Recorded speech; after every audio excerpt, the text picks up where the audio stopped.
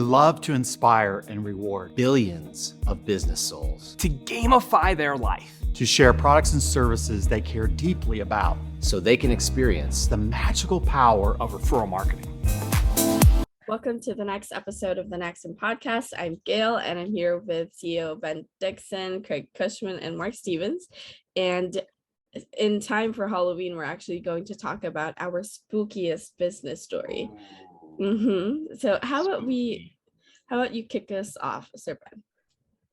Oh man, when you brought this topic to us, Gail, we were talking about what's our Halloween horror story, our spookiest, scariest business story we've ever run into. And man, you see some weird stuff over the years in direct sales and network marketing. When you first asked the question to me, Gail, and we were talking about it, I said, you know what? The one that comes to mind the most is, there was a time we had a client who had literally hundreds of thousands of people in their organization. And because of the nature of their product, we were only processing charges on Visa and MasterCard. And we get halfway through a month, and all of a sudden, Visa doesn't work. Like, what? Visa doesn't work. And we find out the client's been shut down because they were miscategorized at their bank. They hadn't been truthful to their banker of the industry they're in. And this is just a note to people. Sometimes you have a CFO who wants to save some money, or you, the leader, are trying to save a couple extra points on charges. They had been classified to the banking world as a club, like clubs like bowling alleys and such, and not as an actual direct selling company like standard industry code, SIC code 50 for direct sales. They weren't classified there because they didn't want to pay the actual fees that come along with being a referral marketing direct sales company. They're trying to save a few bucks, and it bit them in the butt because, as you can imagine, all those subscriptions, all those auto ships that were on Visa cards instead of MasterCard, they weren't going through. And it took, 45 days for them to apologize to Visa and clarify and come back and get it straight to be able to start processing that again. And so when you see someone that you love, a client who's millions of dollars over just trying to save a few percentage points, that was spooky. So won't say any names, but it's one of those great reminders of how important it is with your vendors to be really truthful about what you're doing, because it can cost you big time if you try and play the gray lines. So big stuff. Craig, kick us off. What's your spooky story? It's Halloween. Ooh, some bats or something. I've been in this industry for about 25 years, so I literally could write a full set of books on spooky stories. Listen, I always appreciate that people are creative, but creativity has two sides to it, right? As they say that imagination is the door to transformation. But on the other side of that door doesn't necessarily mean that it's positive. Now, when we talk about it, imagination to transformation, we think, well, I'm going to imagine myself into something great. I'm going to do all the good things, and I'm going to go through the fight to get to great. That's even the theory of Jim Collins' book, Good to Great. Now, there's an assumption, though, that you're attempting to get to great in an integral way, right? And an authentic, integral way. The problem is in our industry, like in a job situation, you have to pass through background checks. And, let's say that at Google, there are 50,000 applicants for every position. So to get that position, or to get one of those three, you've had to eliminate, 47,997 people. But in our industry, all 47,997 people can come into the business and take a shot at it. And not all of them are awesome. In fact, a whole bunch of them are actually not awesome. And so what happens is they're still creative. They still are trying to make something happen, but they end up going from, instead of good to great, they go from good to criminal. And that is the potential problem. And that's where compliance is absolutely necessary to keep an organization safe. Because in organizations, the leadership of an organization really have three things that they do. One is to create the brand. Two is to innovate the brand. And three, and the most difficult, is to protect the brand. And it isn't usually from the outside. The protection is almost always from inside the tent. That's where the biggest danger is. And so my experience is that I've been in several different companies. One was a financial services company. And I saw some people make decisions to take advantage of older people, and they lost their license to sell insurance instruments and securities instruments, and then left a bunch of people in financial difficulty because they made bad choices, bad decisions to be out of integrity. I love hard workers. I love imagination. And what I love about the NaXum system is it provides a specific pathway to do what you have to do, but you have to do it with integrity. It tells you what to do. And there's a built-in compliance to keep things and keep people safe, because you can create momentum for good energy or bad energy. It's possible, but a good compliance system identifies the bad energy and cuts it off right away, so that the momentum doesn't create pain in its wake. So my experiences with several people attempting to make themselves look like they are the brand, to create an image, or to make bad choices with people and the products and take advantage of people. Those are the scariest things that happen when you're in direct sales, and those things have to be cut off immediately. It's a hard part of the business. What's beautiful is it's open to all, but what's difficult is it's open to all. And what's amazing is when somebody who's just an ordinary human comes into this system, operates with integrity and grit. Now, the word grit lives right in the middle of the word integrity. So if you work hard and are gritty and resilient, but do it with integrity and honesty and succeed, you're actually maximizing this channel in the most beautiful way. And anybody else outside of that, we got to cut them off and send them out to pasture where they belong. So that's Well, I love what you just said, because they say like the fish stinks from the head down, right? And it's a reminder that like you have to set 10x integrity, core values, culture from the top, and then enforce them, because we're open to all, we're not for all though. That's right. We're open to all, but we're not for all, in the sense that like some people are going to do things that may be fine at certain direct sales companies that are just not fine in others. Like you mentioned one where there's licenses involved in financial services. Hey, there's a totally different standard you live by when you're a licensed professional versus someone who's referring someone else to try some makeup or some skincare. And there's also these practices, and it's all too fluent with social media today of, anyone trying to get their hack to success. Everyone wants the quick hit of how I'm successful, and people want to have all these strange ways, and some of those bother me. Like I've seen people do the job interview thing and like, hey, it's a job to come be a distributor. And that's horrible. Someone who's looking for a job, job, is not someone who is looking for a business opportunity, and someone who's looking for a job shouldn't be belittled that they're looking for a job in their life. We need people who want to be great employees, and people want to be entrepreneurs in society. And so I've seen that's a practice too, just to highlight, gang, that if that practice is going on in your culture, cut it out. It's not adding to the integrity or the value of our culture. And the other one that I've seen get really tarnished, before we go to Mark, is failed direct selling companies. Failed direct selling companies seem to always get their database for sale on eBay. This stuff happens, gang, all the time. And some of your distributors think, wow, it's this brilliant idea to just spam the heck with email out of some CSV file you bought on eBay of a bunch of broken-hearted promoters who just lost their direct selling company. And that's also not proper. Now, is it fine for you to call and create relationships with those people if that company's truly out of business? Of course. But think about how you call and create relationships, and not just spamming the heck out of a bunch of people who just went through a very traumatizing time in their life. Think about the human side of it, would be my biggest encouragement to anyone who's thinking, oh, wow, we're going to take advantage of this failed direct selling company in the space. That's another. I love that, Ben, and then we'll go to Mark. But I heard it said this way a long time ago. You really only have to own a few rituals every day. So rituals can be spooky, or they can be awesome. And the rituals like hygiene, we brush our teeth, we take a shower, whatever. That's a good set of rituals. But there are business rituals, and then there are philosophical rituals.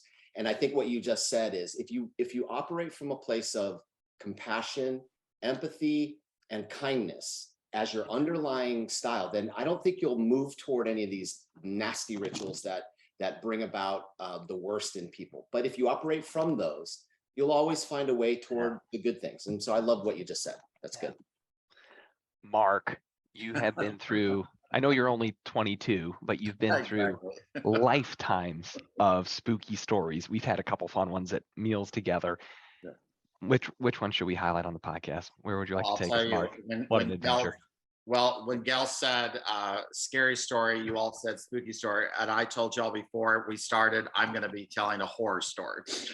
So imagine, because I was the owner, I built 2 brands. The last brand I built to $50 million in value. And imagine that you start your company with your own technology, building your own technology, but as you grow and expand, there's simply, you don't have the talent that has the experience to be able to take you to that next level. So what do is you look for a technology company, and I will not, of course, use any names to protect the guilty. And so you find this technology company, you pay this technology company hundreds of thousands of dollars to build your system. Your system is finished, and the day it's launched, you can't even log in. Literally, a distributor cannot even log in. So then you don't know that once you can log in, that there are 999 things that don't work. And you're in momentum with hundreds of thousands of distributors, and they can't place orders. They can't see their commissions. That is a horror. Our offices were on the 18th story of a high rise, and in jokingly, I said, thank God the windows don't open, because if they did, I would have probably jumped out. That is Oh my gosh. It took 6 months to get it repaired. So the moral of that story is know who you're partnering with. And that is why I'm here at NaXum, because the NaXum platform, they stand behind the technology. We have a 0 to 24-hour resolution to problems, knowing that when you have a challenge, it may not be a 911 to anyone else, but it is a 911 to us. And we're going to make sure that it is taken care of. And when we do something that breaks, we're not going to charge you to fix it. We're going to make sure our technology works for you, so that your field can have the confidence in your business to know that you are there to provide the platform that is going to allow them to excel in building their business. So that is a horror story. That is a horror crazy. story. Shaking in my boots.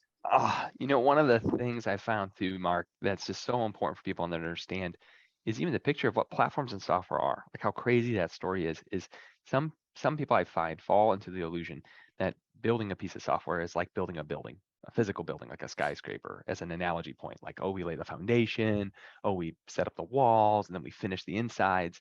And the one thing I've really worked on inviting clients and people here at NaXum to see is that building a solid platform and piece of software and ecosystem for your tribe to virally grow your referral marketing company is much more analogous to a garden than it is a skyscraper.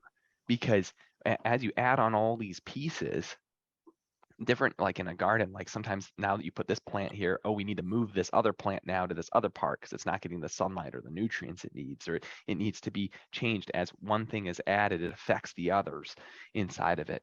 And so one of the things I have found that's just so critical is when we take on not just building a commission engine or a shopping cart or a marketing system or a predictive app, it is that companies give themselves the grace and time for proper what we call alpha testing at NaXum, because one of the things we do as we go along the process of building a piece of custom software is we're writing down like what tests should pass when this thing is live.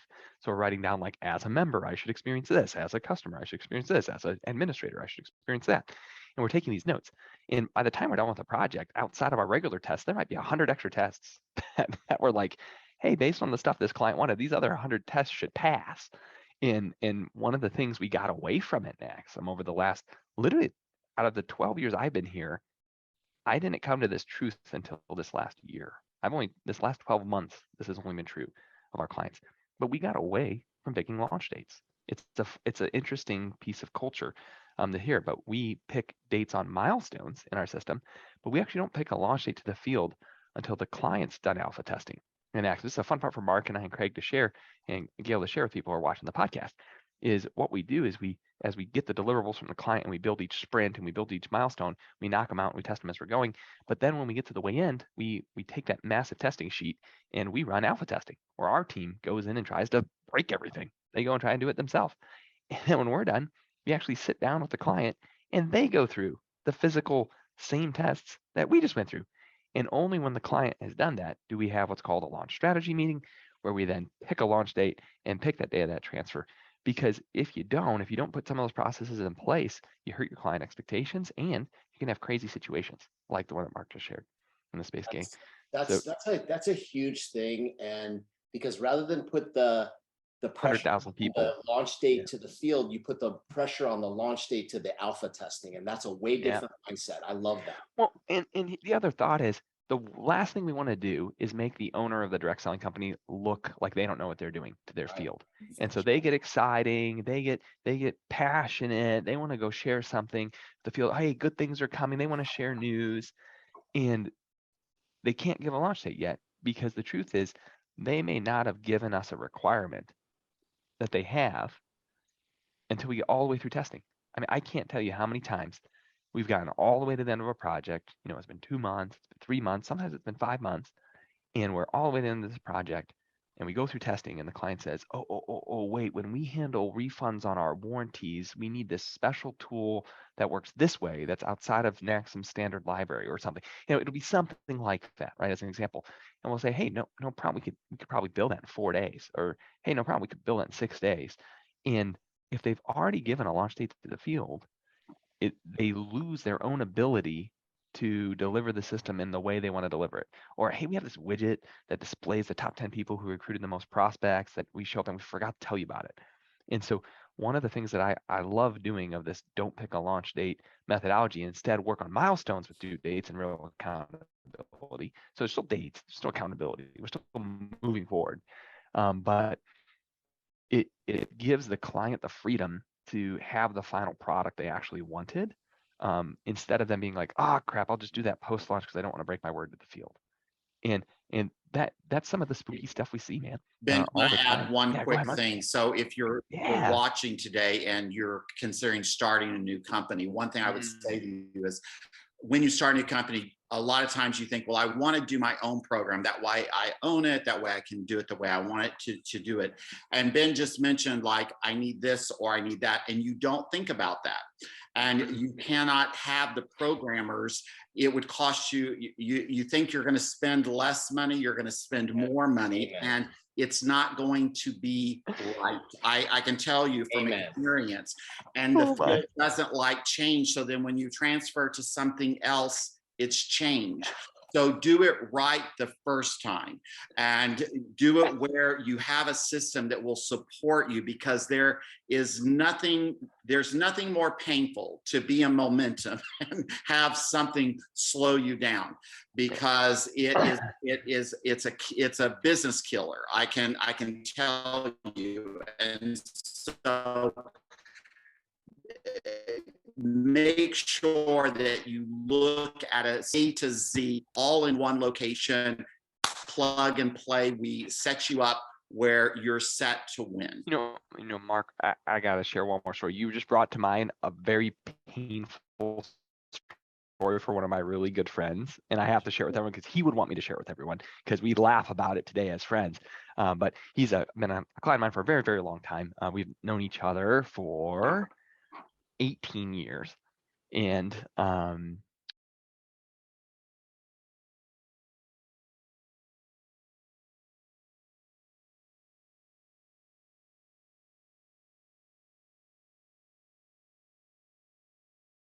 that you just talked about, and I quoted it for us to do it, and it was less than $100,000 US for us to build everything he wanted in that space. He chose to go his own way, and instead of it taking the 6 months we had thought it would take and the $100,000 investment, 3.5 years later, this is crazy. I didn't realize how much it got up to. $5 million.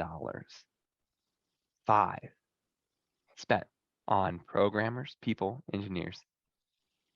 Now had the system he wanted. Yep. Now, he's a very wealthy individual. He's an amazing leader, very amazing educator, incredible human being. But we had just a cry and laugh phone call the other day of like, why didn't I just send you $100,000? I literally just finished. It was 3.5 years, and I spent $5 million between US and people in India. Like, this wasn't like he wasn't outsourcing. Like, it was a mixed blended team. And so the part Mark said about how you don't know what you don't know when you're building another platform, one of the wonderful benefits is there's dozens and dozens and dozens of different referral marketing, direct sales, network marketing companies that all run on our systems in NaXum. We've had to build all kinds of funny widgets or silly things that make their business models work that are just very specific to other businesses. So when someone comes to us with a product or a mix, many times we can use stuff we've already built because we've been around for 23 years. And so there's it may be new to you, or you may think it's new and relevant, but we may look at something we did for someone else and say it's actually just this tiny little tweak to something we've already done, so we can do it for way less cost and take care of that custom development. So there's so much to be said about what Mark just shared about working with people who are focused on this space, that aren't dilly-dallying in all kinds of industries, but are truly care and focus for referral marketing.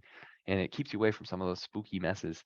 And I hope we can all learn from someone else's $5 million mistake. Okay, save the 4.9 million and go donate to your church. Do something meaningful. I mean, there's other ways to do that, gang. Gail, thank you so much for hosting the show today. This was so much fun. Mark, Craig, thank you for being here. Have a blessed day, everybody. We'll see you soon. So how did we get here? When we started in referral marketing, people were still faxing in orders. Oh yeah, I remember faxing. I am so glad technology has changed. The internet comes out, and the first generation of technology is replicated sites. Companies are like, here's your link, good luck. That worked for a while until we realized that people needed more than a replicated website to win. And that's when companies move into the second generation. They start providing images, videos, PDFs to share to get people to your links. Good luck. The trouble the whole way through is that companies don't have the data. They don't know which pieces of content members are sharing, and out of that content, which ones are getting people to the website. And then the gig economy arrives. All these smart business apps that literally tell people what to do. We knew referral marketing was all about your daily habits, Like reaching out to new people, Following up. sharing content on social media. and growing your mind with positive content, and learning. So we created an app that feels like a top leader is sitting next to the newest person, suggesting what they should do next, and then next, and then next. And bam! Companies are now getting the data on what content the members are willing to share. And which parts are working. Meaning that companies that have a predictive system have an advantage on their competition. When others are brainstorming and simply throwing spaghetti against the wall. Does throwing spaghetti even work? NaXum clients are literally doubling down on creating fresh content that they know will work because of the insight reports from the predictive action system. If you'd like to see the predictive platform, book a discovery session now.